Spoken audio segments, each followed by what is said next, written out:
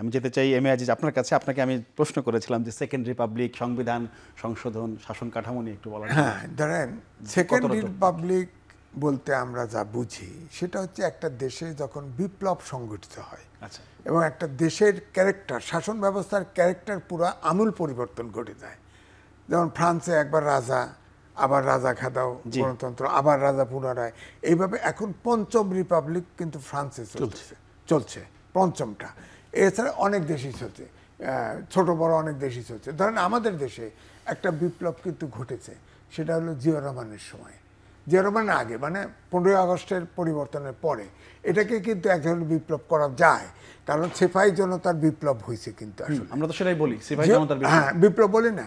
জিয়া রহমান কিন্তু বন্দী ছিল, কর্নেল তাহের তাকে গিয়ে উদ্ধার করে, তাকে না, কর্নেল তাহের তাকে তার সাথে একতাবদ্ধ হয়ে এটাকে বিপ্লব অর্থাৎ সমাজতান্ত্রিক লাইনে নিয়ে যেত। জিয়া রহমান কিন্তু বাইরে আসে নাই, কারণ সে ওখানে মানে আর্মির ভিতরে যে বেরোতো চরিত্রটা ভিন্ন হতো। হ্যাঁ, এখন দেখেন ওই সময়ে জিয়া রহমান যখন ঘুরে ফিরে বলের মতো ঘুরতে ঘুরতে ক্ষমতায় আসে, তখন কিন্তু এটা কিন্তু তাকে পুরা চেঞ্জ করতে হয়েছে। তখন কিন্তু মার্শালের ভিতর দিয়ে হয়েছে, আর্মি শাসনের ভিতর দিয়ে হয়েছে। আর এখন যেটা হয়েছে এটা অভ্যুত্থান। আমি বঙ্গভবনে দাওয়াতি ছিলাম, ওখানে বলা হয়েছে এই ইউনিট সাহেব সহ যে সংবিধান সমুন্নত রাখার জন্যে এই প্রেসিডেন্টের কাছে ওত নিয়েছে। তাদের তো ম্যান্ডেটই নাই সংবিধানে হাত দেওয়ার, রিপাবলিক করার ম্যান্ডেটই নাই, কারণ এই সংবিধান সমুন্নত রাখার জন্য ওত নিয়েছে। তাহলে ওত ভঙ্গ হলে কি হয়, তার পথ থাকে না, স্বাভাবিক।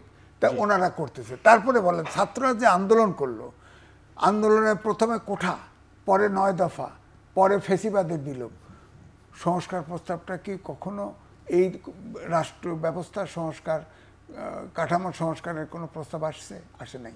এটা কিন্তু অন্তর্বর্তীকালীন সরকার গঠন হওয়ার পরে এটা ডক্টর মোহাম্মদ ইউনূসের পক্ষ থেকে এটা উত্থাপিত হয়েছে। এখন এটা একটা টুলস হয়ে গেছে। ইলেকশন না দিয়ে কতক্ষণ ক্ষমতায় থাকা যায়, দেশের কি 12টা বাজলো না বাজলো হেনে না, কারণ এখন আছে এনজিও কর্মী কিছু, আর হলো প্রফেশনাল। দেশের 12টা বাজলে তো আমাদের তো 12টা বেজে যাবে। আমরা তো থোড়া সারা জীবনে 53 বছর বললেন না, সেই সংবিধানে লেখা আছে যে জনগণ দেশের মালিক, জনগণকে কেউ জিগায়? কোনোদিনই জিগায় নাই, কোনোদিনই। ওই জায়গাটা আসতে হলেই একটা, আমার বক্তব্য ভিন্ন, একটা বেনেভোলেন্ট ডিক্টেটর এই দেশে দরকার। এই দেশে এই যে দেখেন এখন মানে ডেমোক্রেসির দরকার নেই, ডিক্টেটর দরকার, একদম বেনেভোলেন্ট ডিক্টেটর দরকার। আমি এই যে ইউনূস সাহেব জনতন্ত্র ছাড়িয়ে দিচ্ছে না, এটা তো এখন একটা মনে হচ্ছে বনের ভিতরে বাস করতেছি, কোনো আইন নাই, শাসন নাই, কিছু নাই, যার যা করতেছে, এরে ধরে মারিয়ে দিতেছে, এরে বাড়িয়ে দিতেছে, হ্যাঁ, মসজিদে আজান দিয়ে এসে একজনের খুন করে দিতেছে, আবার কি মৌলবাদী কত কিছু করতে, সব এলোমেলো হয়ে গেছে। এবং নাহিদ ইসলাম সত্য কথা বলছে এই জায়গাটা। আপনি বলেন যে যে দেশে আপনার আইন শৃঙ্খলা বাহিনী ঠিক নাই, একজন উপদেষ্টা ছিল এবং ইউনূস সাহেবের অনুগত পার্টির থেকে বলা হচ্ছে, তাহলে এটা ঠিক? আরেকটা হচ্ছে ব্যারোমিটার, যত তর্কই করেন, আমি সাধারণ মানুষ হিসেবে বুঝি, কিন্তু শেখ হাসিনা IMF এর লোন আপনার এগ্রিমেন্ট করে গেছে। ডক্টর ইউনূস তো বিবিসিকে বলেছে দেশে মানে অপরাধের মাত্রা মোটেও বাড়ে নাই, এবং তার প্রতি দেশে বিদেশে সবার সমর্থন আছে। এখন সে পুরা পলিটিক্যাল ভাষণে লাইনে চলে গেছে, অর্থাৎ তার জন্যে এখন সে অসত্য কথা বলা শুরু করে দিছে। বিবিসি যেটা বলেছে এটা হলো রিয়েল একজন পলিটিশিয়ানের মতো ডিনাইল, পুরা জায়গাটা তার পক্ষে ছাড়া কোনো কথা বলে নাই। আর আগে যখন বলছে তখন ডক্টর মোহাম্মদ ইউনূসের মতো করে বলছে যে আমরা জানি না, এই যে নিউজে সাক্ষাৎকার দিচ্ছে, এটা হলো তার রিয়েল চরিত্র। ওই জায়গায় মানে হচ্ছে ছাত্ররা বলছে ওই যে কি গণপরিষদ কখন করবেন? একটা দেশ যখন নূতন তৈরি হবে, যেমন ধরেন আমাদের যে গণপরিষদ নিয়ে প্রশ্ন আছে, যেমন আমাদের সংবিধানটা যে হলো, যে সংবিধান আছে এখন, তখন পাকিস্তান আমলের ওই ফ্রেমওয়ার্কের ভিতরে একটা নির্বাচন হয়, সেখানে MNA হয়, MP হয়, হ্যাঁ, MNA হয়, MP হয়, তাদেরকে মিলে এটাকে গণপরিষদ নাম দেওয়া হয়, দিয়ে একটা সংবিধান রচনা করে এটা পাশ করা হয়। এই জন্য বলা হয়, অনেক সব বিতর্ক আছে, এটা তো পাকিস্তানের ওরা ছিল, ওরা তো গণপরিষদ না। তো এখন আপনার 7 মাস পরে, ওটা একটা অভ্যুত্থান, 7 মাস পরে আপনি বলবেন গণপরিষদ, কেন? সংবিধান তো আছে, তো সংবিধান নিয়ে তো সরকার আছে, এখন গণপরিষদ হবে কি করে? আপনি সংবিধান সংস্কার করতে পারেন, সেখানে তো কেউ ডিসএগ্রি করতে পারে।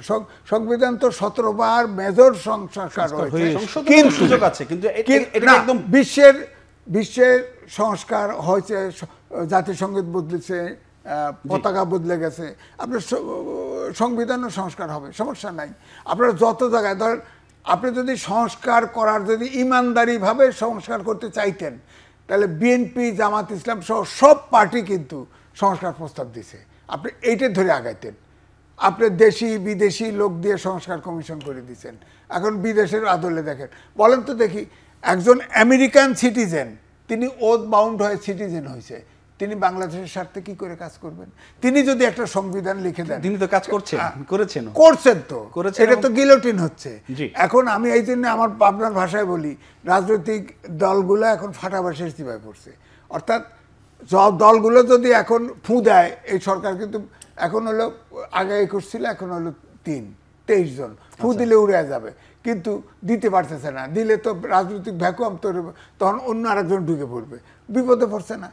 আপনি শিওর থাকেন এই ঈদের পরে এই ছাত্ররা বলতে গণপরিষদ করো, এই সংবিধান নূতন করে করো, ইত্যাদি ইত্যাদি, আর রাজনীতিবিদরা মাঠে নামবে, ইলেকশন দাও, কারণ দেশ তো চলছে না। আপনি বললেন তো IMF এর 4th লোন, IMF লোন বন্ধ করে কখন? যখন আপনার পে করার যোগ্যতা, তাদের বিবেচনায় যোগ্যতা না থাকে। অর্থাৎ অর্থনীতিতে আর বিজনেস নাই, ইনভেস্টমেন্ট নাই, ডাইরেক্ট ইনভেস্টমেন্ট তো নাই। প্রবাসীরা এখনো টাকা দিয়ে যাচ্ছে, এখনো টাকা দিচ্ছে, ওই জায়গাটা একটু আশা। হ্যাঁ, প্রবাসীরা তো সবাই সমর্থন। এক প্রবাসী দিয়ে হবে না। আপনি দেখেন আমাদের কৃষি ধরেন এখন হঠাৎ করে দাম, আলুর দেখেন কোল্ড স্টোরেজে রাখতে 12 টাকা কেজি করে আপনার ফি দিতে হয়। আপনি কী করে আলু খাবেন? সেকেন্ড, এই জন্য এটা অনেক বিতর্ক। অর্থাৎ একটা সরকার পরিচালনার কোনো একটা সেক্টর এই সরকার প্রপারলি আনতে পারতেছে না। সুতরাং যেহেতু দেশ চলছে না, আমরা তো দেশটাকে তো ফেল স্টেট বানাতে পারি না। এই জন্যেই বিরোধী দল পাবনা দলগুলো যে বলছে দ্রুত নির্বাচন, আমার কথা হচ্ছে ইউনূস সাহেব যেটা মেয়ে দিয়ে বলছে না, যে সবাই যদি একমত হয় তাহলে অল্প আগে বলছিল, কিন্তু অল্প সংস্কার হলে অল্প সংস্কার নিয়ে যাব, সবাই যদি একমত হয়। যদি বেশি সংস্কার চায় আর একটু সময় লাগবে, আর যদি সংস্কার না চায় সংস্কার ছাড়াই যাব, বলছে না এই কথা, ওই কথার থেকে উনি সরে গেছে। এখন ওনার ক্ষমতার মোহ আসছে, ছাত্রদেরকে ব্যবহার করতেছে। আমার ধারণা এই দেশকে উনি ফোকলা করে ছাড়বে।